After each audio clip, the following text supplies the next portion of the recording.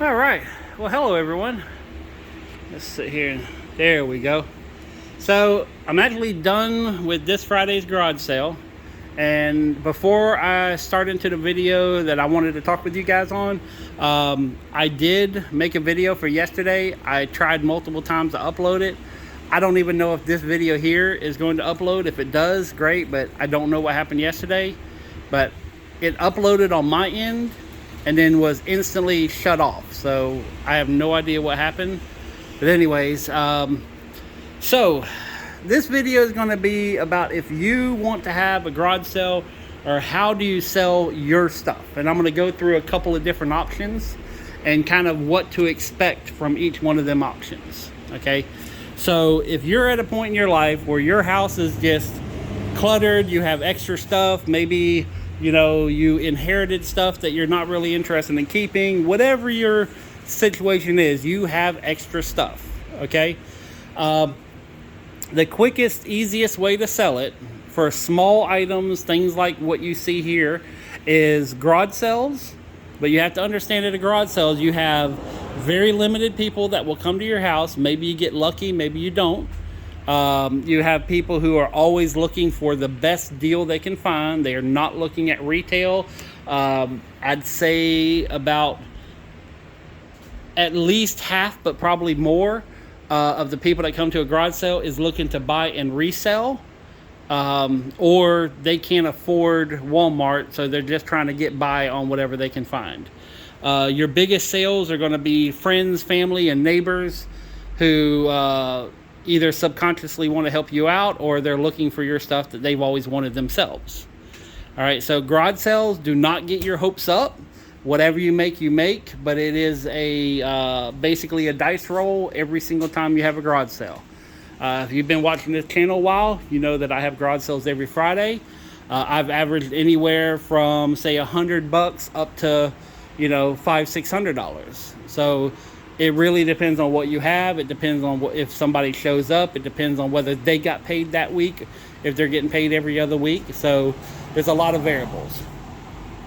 Option 2, which is I personally think is a better option to make more money and sell more stuff more quickly, is to set up at a flea market. Okay, most flea markets are going to be in between $20 to $50 for a booth for one day. You will have to load stuff up. You have to take it out there. You have to either have tables or rent tables, or if they have tables, that's you use theirs. And then at the end of the day, whatever you don't sell, you have to put back in your vehicle and take back home. Okay, so there's a lot more labor involved, but you're in a retail environment to where people are looking, again, they're looking for a deal, but they're more inclined to buy at a more reasonable middle of the road price, to where you get to make some money and you get to recoup some of your money. And they get to get a better deal than if they bought it new in the store as well. The third option is you don't make quite as much money. It is definitely not quick. Well, hold on. Let me re-say that. You will make more money, but it's nowhere near as quick, and it's a lot more labor intensive. And that's selling on Facebook Marketplace, Craigslist, if you want people to come to your home, or on eBay or an online site, Mercari, Poshmark, whatnot. There's a bunch of different apps that you can use to sell, but then you're involving shipping, you're involving returns, you're involving the possibility of taxes, depending on how much money you make and where you're living. So that aspect for higher end collectible stuff, you're going to be getting closer to a real world evaluation. And when I say that, like eBay is a online auction site, so you can sell things directly, but a lot of it is in the premise of an auction. And when you see, like if I have cars here and they sell for $1 a piece on eBay, then I know they're worth $1 a piece. Now, you may not get that at the flea market or garage sale, unless a collector is someone who actually wants it, will come up and grab it. So, but eBay, you're going to get closer to a real world evaluation but you have to deal with shipping, you got to deal with returns, you got to deal with all kinds of crazy stuff involved in that. The last option, which you will get the absolute top dollar for whatever you have, is you actually hire an auctioneer, okay, and you will get the top dollar for that particular group of people in front of you if it's a live auction or if it's an online auction for, whatever that goes for at that time on whoever's bidding. The auctioneer is in charge of getting the product or having the people pick it up or whatever. But that being said, most auctioneers take anywhere from between seller fees and everything else, they'll do a minimum of say 8 to 10%, and some of them will go up to half.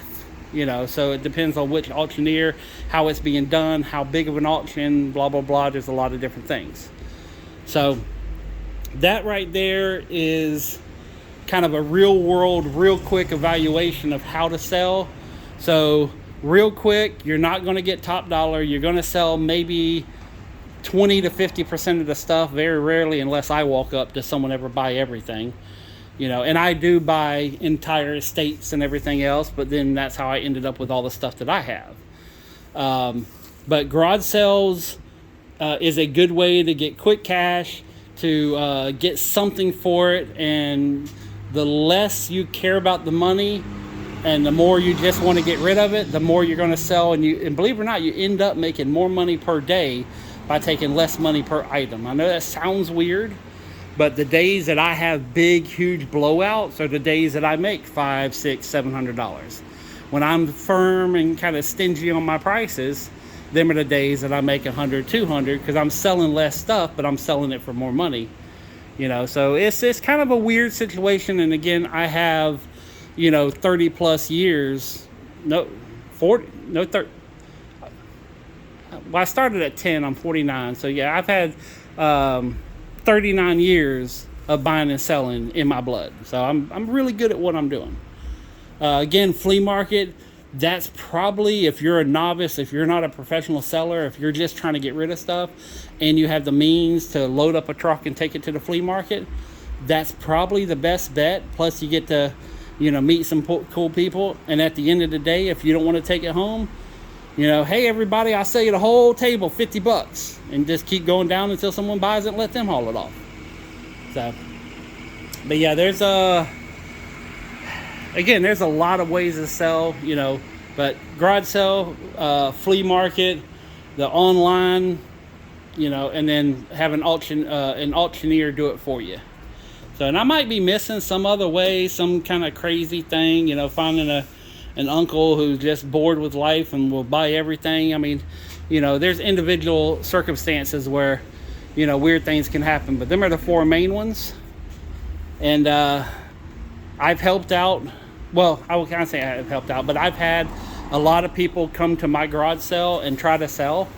And I'm going to tell you, selling is not for everyone. It's a hard thing to do. It's one of the worst experiences you'll have in your life.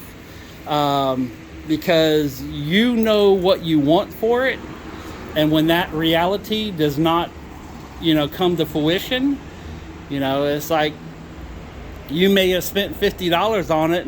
You say, well, I'm gonna sell it for 20, and everybody comes up and says, well, I'll give you 5. It's a hard pill to swallow if you want to get rid of it. But if everybody's saying 5, guess what it's worth? It's worth 5. And are they going to try to sell it for more? Yes, sometimes they do. Sometimes they sit on it for a while. In fact, I even tell you a story about one particular item. There's a dealer at Pecan Park Flea Market, and I used to sell all my doors, and I had a big door shop up there, and I'd take little things and stuff like that. And now take in mind, this was way before COVID. So we're talking probably 2018, maybe 2019. So we're talking 5 years ago, 5+ years ago. And this person, he came up and bought an item from me, and I gave him a pretty good deal. And he's like, yeah, I'm gonna make a killing on this. I says, good luck, man. And I sold it for a reasonable price. I was not the number I knew it was worth, but a number I felt comfortable letting it go for. And last was it Saturday before last, when I went to the flea market, I was walking around, I still saw him with that same exact item, and he had a number that I think was too high for the flea market, but it was not an unbelievable number. Like, it was, if you really wanted it, it was an okay price, but if you spent any time or effort, you could probably find one. But if you just wanted one, and anyways, 5 years, he still had that same exact item. So it just depends on who you are and how you want to do it, and hopefully this information will help you out on making a decision on cleaning up. And on a final note, I would say probably the best thing you can do is get everything ready and have a garage sale on Friday or Saturday, and whatever's left over, take it to the flea market. And if it don't sell within 2 or 3 days of you trying to sell it, donate it to a charity or a thrift store that you agree with their ideology or their message that they're putting out. And if not that, then send it to the little green cans out front, or whatever color your trash cans are. So, but hopefully this helps you out. Hopefully this inspires you to make a decision that maybe you wouldn't have made beforehand. Garage sales are an experience. They're not always the best, but I personally have fun meeting new people. You will meet some very unique, and I'm going to use the word wonderful people, but there's other words for some of them. Going out to the flea market, you got people who are lifelong hustlers. That you're going to meet some very, again, wonderful people out there.